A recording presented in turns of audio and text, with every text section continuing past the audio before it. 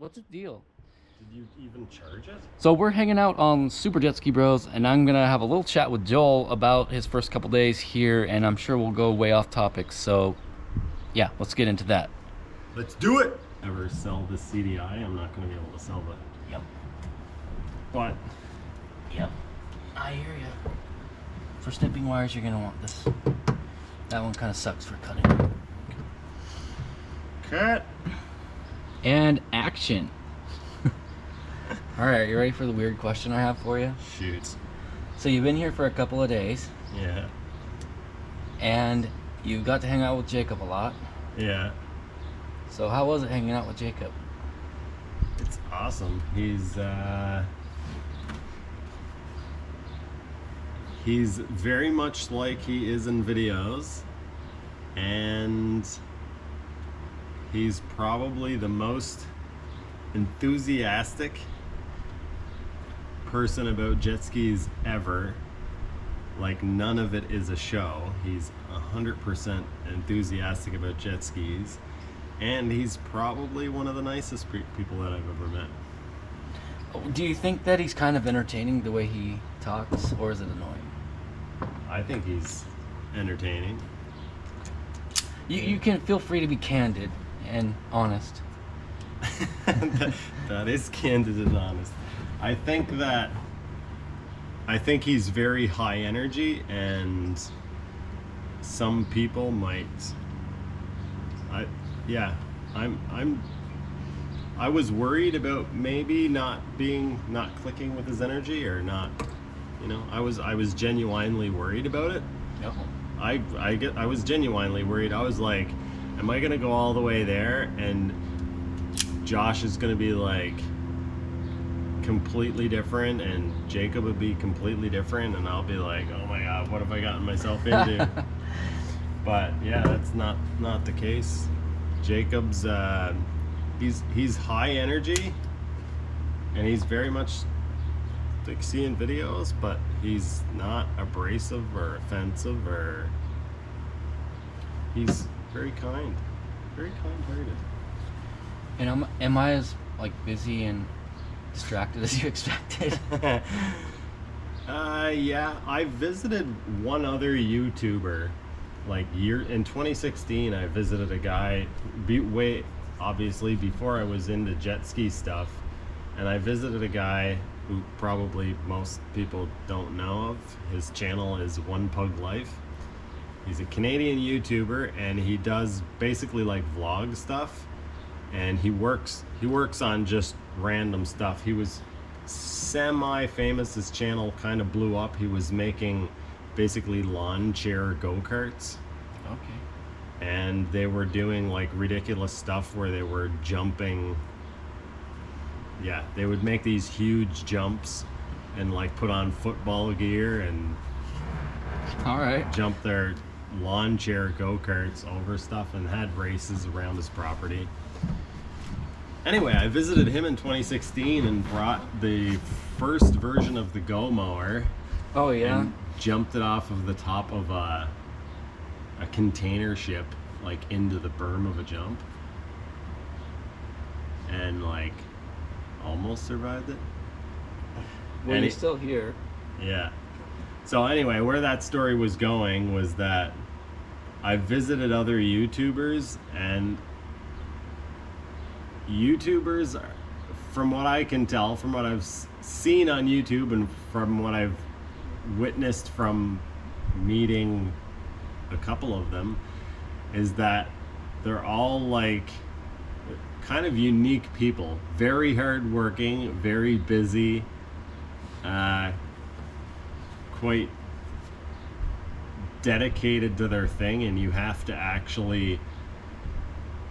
be actually very into the thing that you're doing. You can put on a bit of a show, but it can't be a show. It can't all be a show, or you just can't make it work. Yeah. Like if I didn't care about building this crap, I would have just said the heck with it a long time ago. What am I doing? Alright, so I didn't do any work during that. Exactly. That was all part of my plan. Shut down my brain. Okay, so this is my cut the end off the CDI, so I did the dirty work. And now you gotta do the clean work. Yep. All right, what other questions should I ask you? Shoot. Anything. How do you like it when I like boss everybody around for like the videos?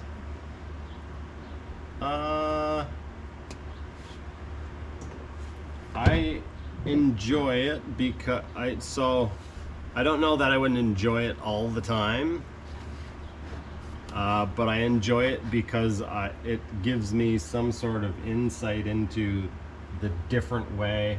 I think some people get stuck in the way thinking that, or foolishly think that the way they're doing something is the only way to do it, or like if I'm doing it the right way and if anybody else does it different then they're stupid and whatever. I tend to think that it's a very good idea to kind of witness what other people do and different strategies, different ways of editing stuff together, and I don't necessarily think that I can 100% switch over to that, but I'll edit. Okay. Sometimes I'll just like get stuck in my brain and like try to figure out like, okay, if I go too far down this path of explanation, it's gonna get way too complicated. Well, the thing is, I hate bossing people around. Yeah. I really despise it. Yeah. 'Cause I feel like everybody has to find their own path and do their own thing, but when it comes to the actual filming, I do kind of need it to go a certain way, so Yeah. I feel like I have to take the reins and like kind of guide it sometimes. Because I need certain shots or certain angles. Yeah, you have a very limited amount of time. There's a couple of things that make it very different. I think when you're watching stuff on YouTube, it's very easy to see when you're watching stuff on YouTube, it's very easy to see the simplicity of it and skip over the complexity. So basically what I'm saying by that is, for me, it takes me a bunch of time to load up. I have to drive an hour and a half, hour and 20 minutes to the lake, and then when I'm done, I gotta load up into my truck, drive back, unload all my stuff, put my gear away, whatever. And I watch your videos and I think like, oh, that must be nice to be so close to the water and whatever. But then I get here and there's like this huge realization that there's not all, it's not necessarily easier, it's just different. Don't get me wrong, I'd like to be closer to water. It's nice to be right on, but it's a nice little it's perk, like but there's other things. What people don't see on video is, people get to watch the videos and they get to see, a 2-second shot of, unloading into the water and then some ripping around and then a little bit of commentary. What people don't see is, you've got to you still have to get stuff from your house to the water, and then, well, not even your house to the water, your house to the water location, from the water location down to the water, which either involves trailers or slings and tractors, and then you've got to be there when the tide is there, when the tide is right, and depending on which ski it is, which I've learned, the V8 can't go in when there's like a 2-foot tide, or a 1-foot tide. So yeah, there's all that to take into consideration, and then there's a very small window of where you can actually, how long you can be out. And so it's, for me, anytime I show up to the lake is there and the level is whatever it's gonna be, and well, as long as it's daylight, you can't show up at night. Yeah. And go expect to ride or expect to film. Yeah. You could probably ride with a flashlight, but you're probably not gonna film very well. Yeah.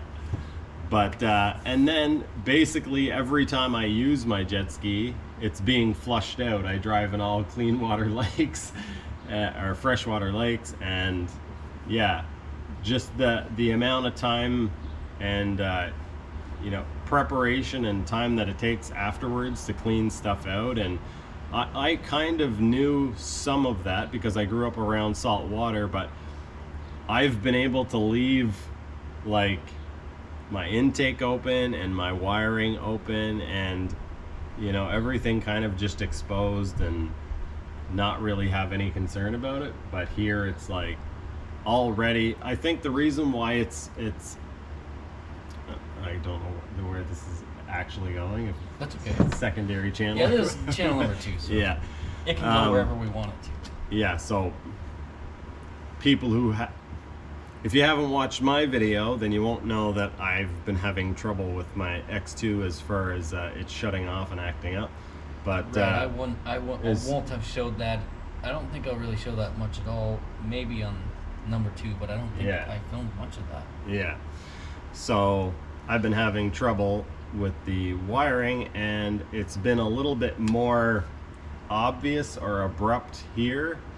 And I think the reason for that is actually because the salt water has so much more conductivity. It's less resistance in salt water.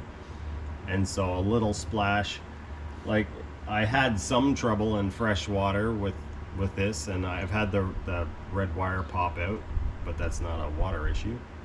And so, yeah, but it was like, kind of as soon as it gets water in there, it was acting up, acting funny, shutting off, and doing all sorts of things. So hopefully putting these connectors on takes care of that,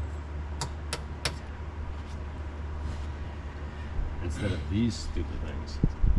So my thought was, when people are watching a YouTube video, they see it and it looks easy and they just kind of consume the content, but they don't see, some people understand, but not many see the hard work that went into that to make it look easy.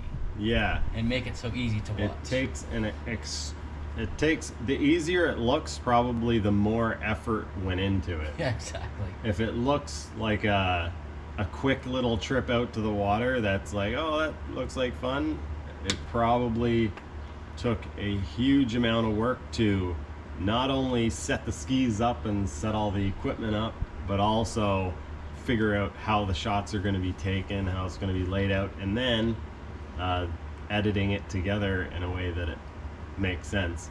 And I've learned from your channel, from watching your channel, and even more so now being here, that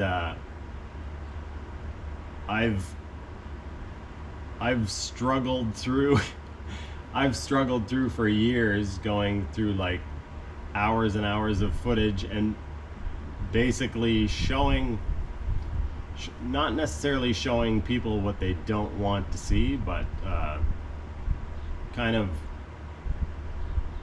I feel like I have this weird, I don't know, I have this weird thing where I feel like I have to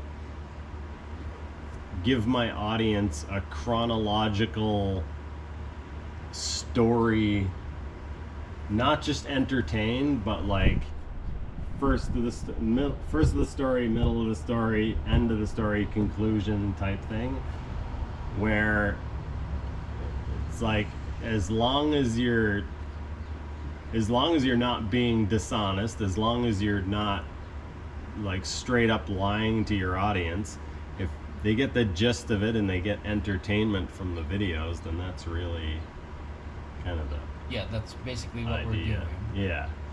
And it's sort of chronological what we're doing, Yeah. in a way, but sometimes we have to go redo some video a or shot something and just pretend it was the same day or whatever. Yeah, this is what happened. And it's like what happened that day probably, but we probably had something weird happen, or a camera malfunction, or a bad angle, or a you bad got audio. a time lapse instead of a video or a picture. Yeah. It's all of you out there like, we need this angle, and the one we did the other day with your X2 and the sea rats, I only got about, I didn't get like a quarter of the angles that I should have. Yeah.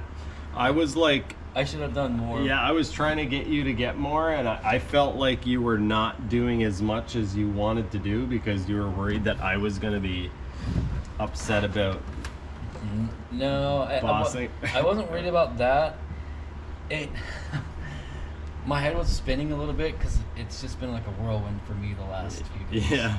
Like started Yeah, on I Friday, and we got the solar, and then something else happened, Yeah, and then yeah. you showed. Oh, no, we got the solar. We did something with the family. We visited some relatives. Then I had relatives coming over the next day. I had Joel coming that night, and then the next day we also had Neil, and we also had Rob, and we also had new skis. And we were trying to film. So honestly, Can you pass me the head was spinning a buttress little bit. connectors and the heat shrink? Yeah, there's a lot going on. I know that if it was me that was hosting, I would have just completely crashed and been like, okay, everybody just do their thing because I'm done. Yeah. So like I had other guests besides Joel, and so it was kind of I had things I felt like I needed to be doing other than be out there Tending. filming. Yeah. I felt like, well, I need to kind of be quick and get this done. And the tide was also going out pretty quick. Yeah, I wasn't super worried about that, but it was in my head a little bit. I was like, I thought like when we came in, we had like another half an hour we could have been out there maybe. Yeah. Yeah, but we will. I don't know if they've seen it already, but I'm sure we will be doing a normal rip video on Joel's X2. That'll be cool. And that will have all of the creative angles and crap. Because then I'll be focused in on the ski, just one ski, and then we'll be able to nail it the way that we normally. I'm not mean like nail it like we do it perfect, but we'll do it the way we do it, and hopefully it'll be pretty good. Will it be me as the You'll be the rider. actor, or You'll be Jacob? the rider and the actor. I think maybe we'll have Jacob there as like the person you're talking to, perhaps. We could do like Because it is fun. all that. That'd be a great video. Like, make it so that it's basically appears to be a video of the making of the video. So, or maybe you could do that in your second channel, so that basically it's I show up and you start to do like the filming of the filming of making the video of Joel's X2, and then it turns out that I can't actually ride. I can just barely ride the ski. So then it's like you shoot like the start scene with like me, but then it's very obviously like Jacob ripping on it. Like yeah, that's something we could do on channel number 2, but I wouldn't do it on number 1 because it would come across as dishonest unless it's like so blatant that we're doing a huge joke of it, which I guess is what we would be doing. Yeah. Somebody commented on one of the videos the other day about us speeding up the video. Oh really? Yeah, and I just chuckled to myself like, It's like, oh, I guess you haven't seen Thank all our you. other videos where we're just like so against that it's not even funny. I'd take that as a compliment. Yeah, I was like, okay, well you haven't seen the other videos, which whatever, I don't care. And also, I'm glad that it seemed faster than it should have been. That's great. Cool. That was all video editing. Yeah. Oh, actually, not really. It was on the mini jet boat, so it was all like it, like. Oh yeah. It was like blowing your mind a little I could bit. see why somebody. I could see why somebody thinks that, because it corners so hard that it kind of almost looks like it's defying physics. Like when you rip around you did a couple like turns around the pole in the track or somewhere on the track. Yeah, I looked and kind of saw. I think what they meant is because the way the hull is designed, it's spraying water out from the hull, and it's like kind of like pressurizing and shooting the water out instead of it falling naturally. Ah, yeah. It's kind of like spraying quickly off. Yeah. So, but whatever, I don't care. Like, I mean, I don't care as in like you said, it's almost a compliment. Yeah. But also, I hate people who speed up their videos so much that it's like, oh, Yeah, I did hate not those do that. those clips on Instagram where they'll like. Let's go. Yes, it did. Hate the clips on Instagram where they'll use speed. It's like, okay, that was that was pretty impressive what happened. But the fact that you just sped it up means that I can't really judge. I've noticed that, and I can't really judge how impressive it actually was now because you've messed with the editing. And they'll do like a thing where they slow it down and then speed it up. I've done that to be like funny in my videos, to be like obvious. Like one of my intros, it shows me as though I'm like getting ready for battle, and I'm like flipping the cordless drill and then putting the battery. I remember that one. It was like slow-mo stuff. Yeah, and I did that, like, I'm not seriously trying to look cool, I'm trying to look cheesy, like, it's just like, but yeah, anyway. I admit that I have slow-moed some of the stuff with the skis, like, Totally. they'll be coming slow-mo. in and they'll be like slashing the corner or something, and then I'll like slow-mo the corner so you can see the slash, Yeah. and then they'll kind of pick back up like.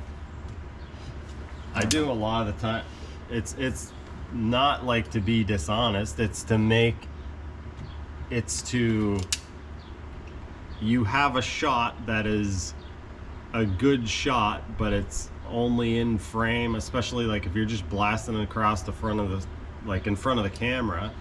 You have a shot that's really cool, but it lasts so short of a time that it doesn't make sense to put in there if you don't slow it down.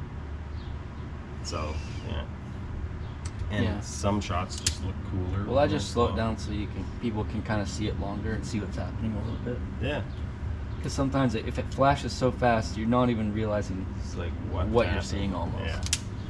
Which I don't know. It could be good. It could be bad. I'm not sure. Should do that on purpose and a bunch of I've always think about like trying to, like, different YouTube channels will have like things that they do. Yeah. So it'll be their style or whatever. Their little style or their little thing. Yeah. And one of the things I was thinking that because you guys like have so many skis and you film so much, it'd be funny if in like every video you just edited in one, and like your regular viewers, like some people would pick up on it and be like, and get it.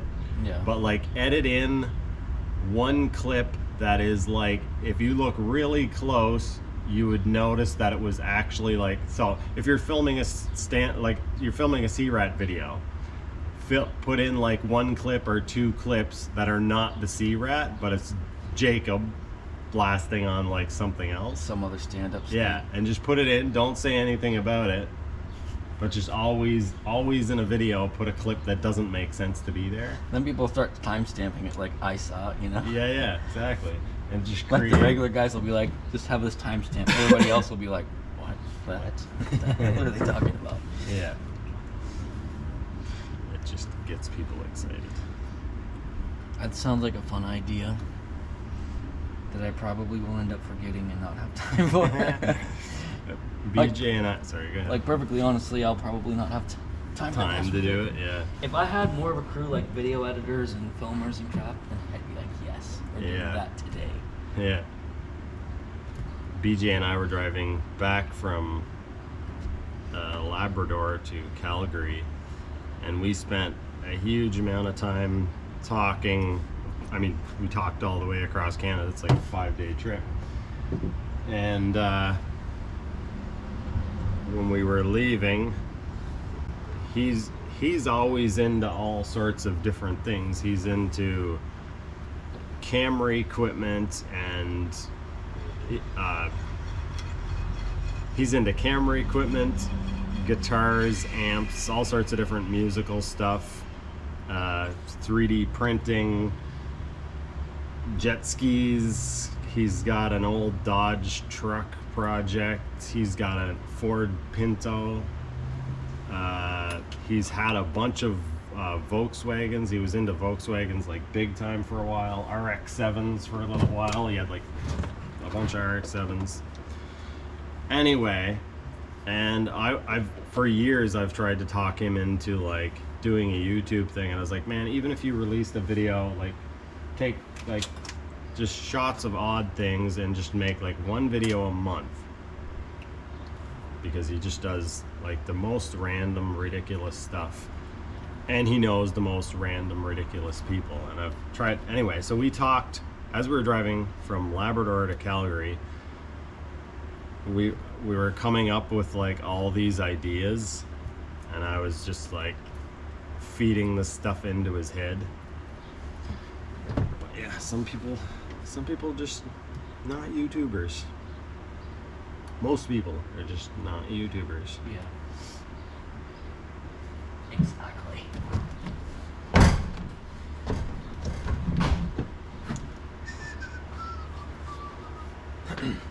I guess I just broke your ski. Not really. I hope not. Okay. And I hope you enjoyed this conversation I had with Joel. Actually, I don't even end the videos. I just end them. All right. Yeah, that's it.